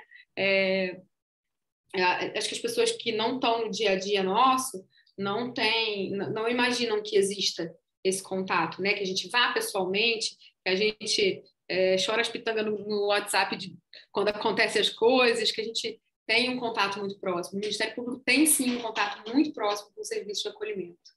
Sim. Muito bom. Kátia, temos mais uma pergunta aqui, né, do Amauri, Eric Soares. Vou fazer aqui. Quanto tempo antes de completar a maioridade o adolescente começa a realizar saídas gradativas? Não sei se é a dona Nilma. Como assim? Saídas gradativas para passear ou saídas? Porque eu acho que ele vai para a escola, tem as suas atividades, faz cursos, mas assim, como é que começa o contato com a sociedade? Eu acho que essa que é a pergunta. De que forma que é realizado? As crianças daqui, eles têm contato com a sociedade desde sempre, porque eles vão para a escola, eles têm amigos, às vezes tem o trabalho da escola, que é feito na casa do amigo, ou o amigo vem aqui na instituição fazer o trabalho e começa as coisas sociais. Eles jogam futebol, tem os amigos do futebol. Aqui a gente frequenta a Igreja Batista, então lá tem um grupo de adolescentes, tem um grupo juvenil, e eles têm acampamento, eles vão na casa das famílias. Então, vão saindo conforme... Eu tenho limite de mãezona, né? Sai com quem eu conheço, lógico. Com quem eu não conheço, aí tem um processo. Mas, principalmente, os jovens adolescentes, que são os mais velhos, acima de 15 anos. Então, a gente tem um controle para saídas para não exagerar, né? Não ficar à noite fora, essas coisas não tem. Mas eles saem, né? Gradativamente, conforme vai se envolvendo com escola, com amigos, né? E tudo mais, vai saindo. Quer dizer, a casa, a instituição de acolhimento, ela tendo uma diretriz, né? Não propriamente ligada a uma religião, mas isso também ajuda, né? Tendo uma diretriz para educar, né, essas crianças, sim, esses adolescentes e mostrando como funciona lá fora, né?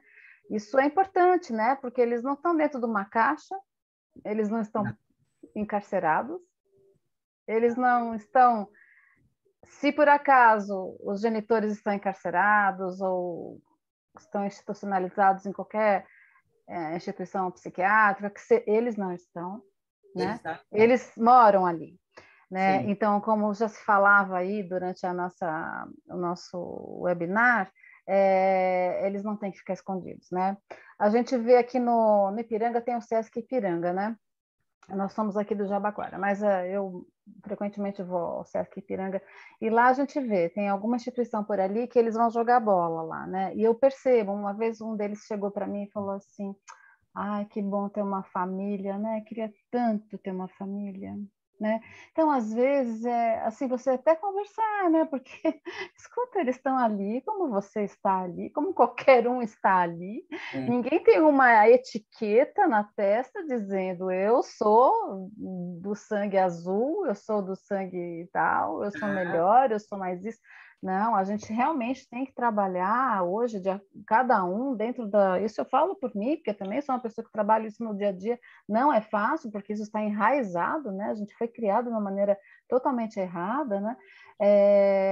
As pessoas não são melhores nem piores, né? As pessoas têm... O que elas têm de potencial, o que elas têm de contribuição a dar para a sociedade e os valores que são passados, né, durante o seu desenvolvimento pessoal, desde a infância até a juventude, é que vai realmente dar esses valores que muitas vezes vêm de uma religião ou vêm de uma instituição filantrópica que tenha também, né, uma diretriz, como uma escola tem uma diretriz, né, quer dizer, você não pode criar uma pessoa sem nenhum valor, dizer assim, você pode fazer o que você quiser, você dorme a hora que você quiser, se você quiser, você está com vontade de comer aquele iogurte que está na geladeira? Não é seu, mas você pode comer. Não, né? As regras a gente ensina dentro de casa e as regras fora de casa, fora do lar, as regras vão ser muito mais rígidas, né? Eu sempre falo, né?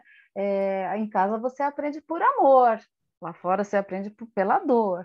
Então, eu assim, tenho muitas jovens que falam isso, que quando saíram, lembraram do que eu falava, daquela porta para fora, você vai aprender na dor, porque ninguém vai passar a mão, né? Tipo, olha, estou te perdoando porque você fez isso. Então, aqui existe regra, sim. Eu uso o método bíblico de corrigir, de orientar, de instruir, né? Para poder viver lá fora, né? Regra de vida para nós? Mas é para eles também, porque ensina respeito, ensina consideração, ensina valores, né? Do respeito ao outro, ao próximo. Aqui dentro mesmo, eu não aceito a ofensa pelo histórico de cada um. Eu falo, todos aqui têm um histórico complicado, então tem que haver respeito com as particularidades da história do outro. Então, isso precisa aprender. O respeito com a menina e o menino, cada um é dono de si, você não pode infringir as regras ali, e isso vai ser um trabalho para ele respeitar a colega na escola, né? A colega de trabalho, quando estiver trabalhando, e que acontece muito, né? Eu tinha os jovens que eram músicos, eles viajavam, eles foram para a Argentina tocar, teve um grupo que foi para os Estados Unidos tocar. Se eles não tivessem regras de convivência, né, seria muito problemático. Então, eu graças a Deus, fui na formatura do Felipe, em Pensacola, lá nos Estados Unidos, na Flórida, e todos os professores que me conheceram, que ele me apresentava, ele tem a mãe biológica que convive com ele, mas a mãe que todo mundo conhece lá sou eu. Então, eles falavam, não, a senhora criou um homem, ele é muito respeitoso, ele dá conta das tarefas, e aí perguntaram para ele, como é que você dá conta de que lá ele limpava banheiro na universidade, porque ele era bolsista, né? E aí falaram, como que você... Ele falou assim, vai lá conhecer minha mãe, vai lá, porque ela não deixou a gente crescer sendo os hominhos da casa. A gente lavava banheiro, a gente cozinhava, a gente lavava a louça, né? Então, eles aprenderam de tudo. Quando chegaram lá na universidade, numa outra América, que foi difícil a língua, a convivência, os costumes, mas eles deram conta das tarefas, dos trabalhos de estudar, porque aqui eles foram corrigidos e orientados dessa maneira, né? Então, ficou mais fácil, na verdade. Né? Não que seja tão fácil assim, dar conta de tanto trabalho, mas eles deram conta, e a gente foi muito elogiado. Eu voltei assim nas nuvens, né? Porque as pessoas paravam a gente no campus para falar, é a mãe do Felipe, olha, ele é demais, ele é ótimo, e a gente fica, né, ciente de orgulho. Então, eu dou graças a Deus de vê-los todos bem assim, né? Mas a gente sabe que foi ali o falar, todas as pessoas falam, qual é o segredo? Falar todo dia a mesma coisa. Né? E com amor, né? Porque O rigor é importante, mas só o rigor não funciona, né? Não, é amor. Ninguém escuta quando é só rigor, né? Não, né? Eu achei essa pergunta muito importante, porque é bem importante a gente lembrar o seguinte: essas crianças e esses adolescentes que estão em situação de acolhimento, eles estão numa medida de proteção, né? E não num contexto de punição ou nem socioeducação. É uma medida de proteção. Eles estão lá não por algo que eles fizeram, mas pelo cuidado que lhes faltou, né? Então, eles não vão ali privados da liberdade deles, eles têm a vida mais próxima de uma casa normal. O ideal é que o serviço de acolhimento, que a casa de acolhimento, que a gente nem chama mais de abrigo, né, tenha as características mais próximas de uma casa. Inclusive, fisicamente, ela tem que parecer uma casa, ela tem que estar inserida numa comunidade. Aquela criança, aquele adolescente, eles estão ali naquele mesmo contexto do filho que a gente cria na nossa casa. A diferença é que eles, no serviço, vão ter pais ali emprestados, né? Os cuidados não vão ser pelos pais, mas a dinâmica de quando começa a sair sozinho, quando começa a ir para a escola andando sem acompanhamento, tudo isso é a mesma dinâmica que a gente tem quando cria os filhos nossos em casa. O serviço vai... E aí a dona Nilma vai poder falar muito melhor do que eu, mas o serviço, de acordo com a característica e do que ele vai mostrando, vai começar a entender, né? Quando que aquele jovem ele já está maduro para poder fazer isso sozinho, quando que ele precisa ser acompanhado, quando que não precisa. É a mesma dinâmica, ou ao menos deveria ser a mesma dinâmica que a gente tem em casa com o nosso filho, né? Quando a gente leva na escola, depois, quando estuda pertinho, a gente começa a liberar para ir andando sozinho, enfim, é a mesma convivência, é o mesmo... os critérios são os mesmos, né? Porque a gente está ali exatamente para representar aquele papel protetivo que a família não conseguiu desenvolver, né? Aí eu aproveito o gancho e faço uma pergunta que está aqui no chat, é da Patrícia Iris Leite, para a dona Nilma, como é a questão do namoro dentro da instituição, dentro da casa, como funciona isso? Opa! Aqui namoro entre eles não tem, nunca teve nesses 30 anos. Eles namoram com pessoas fora do colégio, da igreja, da comunidade, e aí funciona como uma casa, como a doutora falou. Sai se eu permitir, sai se a gente conhecer, e assim por diante, né? E eu já tive muitos casamentos, como eu falei, tem os netos que chegam aqui, então a gente num tempo remoto mais, lá para 25 anos atrás, eu tive muitas meninas e meninos que namoraram aqui. E tem aquelas, né, que falam, agora eu estou namorando, eu tenho alguém, e vai embora, né? Depois para pensar, mas já aconteceu, né? De estar namorando, que aí vira a cabeça e sai com o namorado, né? Isso daí, não, eu acho que até numa casa comum acontece. Mas na instituição, às vezes, é um pouquinho mais agravante, porque eles chegam naquele limite e falam assim, não, eu já sou maior, você não manda em mim, eu sei com quem eu estou, e aí vai embora. Mas eu tive muitos casos legais de meninas que namoraram, casaram, fizeram tudo bonitinho. Hoje está começando a segunda parte agora, esse ano estão meninas com 15, os meninos 16, 17... E aí vem as coisas, eu posso dormir? Você acha, não pode. Porque tem que ter limite, né? E aí a gente dá o limite, né? É como a doutora falou, quando a gente tem uma confiança, sabe que pode, que não vai ter problema, pelo menos à vista, a gente autoriza, né? Mas é como mãe e pai mesmo, né? A gente estuda as situações. Muito bem. Posso fazer Eu falo muito, né, gente? Eu atropelo a dona Nilma fala, eu quero falar também, eu fico aqui desesperada para falar. Fica à vontade, a gente tem 8 minutos ainda de evento, podemos utilizar o tempo. Eu queria aproveitar esse gancho aí do namoro para falar sobre uma questão que é muito importante. Eu fiz até recentemente um evento lá em Guarulhos sobre a questão do casamento infantil, né? Que é qualquer relacionamento estável, onde um deles é menor de 18 anos. A gente tinha antigamente uma coisa que, às vezes, a menina ou o menino começava a namorar e ele vinha com aquela história de não, porque eu vou morar com meu namorado e passa a guarda para a sogra, passa a guarda para o namorado. E o quanto a gente batalha contra isso, né? Porque a gente também não pode admitir que o nosso jovem saia em regras de nossas meninas, né? Porque a gente sabe que é uma coisa que afeta muito mais a nossa menina, que vá para uma casa de um adulto e que aquele parceiro, que aquele companheiro ou familiar dele vai ser o guardião, né? E que que aquela menina fique ali à mercê do que vai acontecer naquela família, né? Então a gente fala muito sobre isso, né? Como a gente precisa não ver essas relações de casamento infantil, de juntada, enfim, como uma alternativa. É melhor que? Não, não é melhor que, porque isso gera evasão escolar, isso gera gravidez precoce, isso gera muita violência doméstica, né? Porque aquela menina vai estar ali naquela situação de dependência física, emocional, financeira, enfim, dependência total, principalmente se você pensar num companheiro ou numa sogra ou um sogro como guardião formal daquela adolescente, né? Então, assim, namorar, sim, né? Como a gente pensa em casa, mas também essa mudança de paradigma que a gente vem tentando trazer aí, de olhar para o casamento infantil como a coisa ruim que ele é, e como uma coisa a ser combatida diariamente, né? Com as nossas meninas em especial. Muito bem.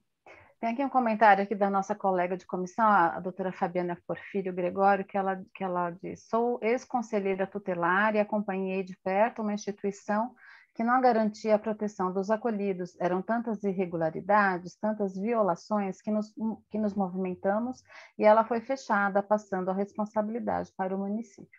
Então é isso, é a sociedade civil, né, fazendo o seu papel, vivendo em sociedade, né? A gente assim, pode ter uma mentalidade um pouco paternalista em relação ao Estado, por conta de vários posicionamentos políticos e tudo mais, mas o que é importante é que cada um de nós vai estar sujeito aos efeitos sociais desse desamparo, né? Desse não cuidado, dessa não proteção. É na hora que você estaciona o carro no semáforo, é quando você está em algum local, quando você também pode precisar se dirigir a uma comunidade, ou se dirigir a um hospital público, pode acontecer, entende? De você ter que enxergar a realidade de outra maneira. O que pode acontecer? Você está no trânsito, você sofre um acidente, aí vem o SAMU, te leva para um hospital público, aí você vê como é que funciona esse hospital público, né? Então, assim, a gente não está livre de nada, a gente tem que estar dentro do mundo, contribuindo, participando.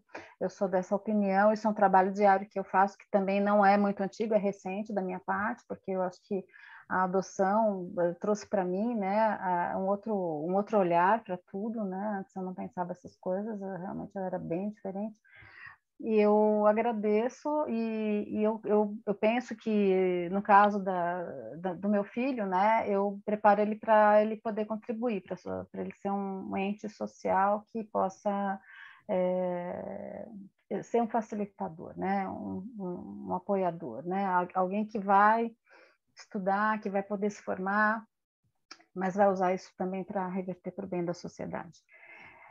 Temos aí 3 minutos, eu não sei se a Kátia quer colocar mais alguma pergunta. Podemos já nos preparando para o encerramento. Me ouvindo? Oi, Kátia. Está ouvindo? Porque eu acho que a doutora caiu. Não, a doutora voltou, Kátia. Bem, sim, vamos então fazendo nossas considerações finais, né? Quero agradecer a participação. Você consegue me ouvir? Eu estou te ouvindo. Vamos fazer o encerramento do nosso evento? Fique à vontade, Eu Kátia. só queria agradecer a presença da nossa doutora Mônica, que estava aqui presente o tempo inteiro, e queria agradecer bem a presença do Zé Antônio César, que ele é desembargador lá do Rio Grande do Sul. Ele acompanhou boa parte do nosso webinar também, e ele luta muito pela causa da adoção também, e é muito, muito gratificante ele ter presenciado e participado do nosso webinar. Só isso mesmo, eu queria agradecer a Nilma, foi muito interessante, espero que ela possa participar com a gente, né, de outros eventos também, porque a experiência pessoal que ela tem, ninguém tem, né, e também a Nathalie, que aceitou o convite e pôde trazer para a gente toda essa riqueza jurídica que a gente também tem várias dúvidas e a gente pode tê-la conosco para saná-las. E pode caminhar assim para o encerramento, doutora Helena. Então, aqui eu vou finalizar agradecendo a equipe da UAB, né, que nos deu suporte durante o evento, todo o pessoal da área da Comissão de Cultura e Eventos, dos nossos apoiadores aqui, a Cíntia e o Rian, né, que nos deram aqui o suporte tecnológico. Quero agradecer em especial ao nosso presidente, Dr. Caio, que nos permite estar aqui representando a nossa entidade, a OAB Seção de São Paulo. Muito obrigada a todos, desejo um ótimo final de noite e que possamos nos reencontrar em breve para discutir um novo tema de interesse da sociedade, pensando na contribuição que cada um de nós pode dar com aquilo que experimenta na sua vida pessoal, aquilo que realiza na sua vida profissional e aquilo que traz consigo a sua essência, o seu potencial, que é o que todos nós temos como ser humano, e especialmente aqueles que não tiveram as mesmas oportunidades precisam ser vistos. Muito obrigada a todos, uma boa noite. Boa noite, obrigada. Obrigada, boa noite. Obrigada, boa noite também. Boa noite. Tchau, tchau.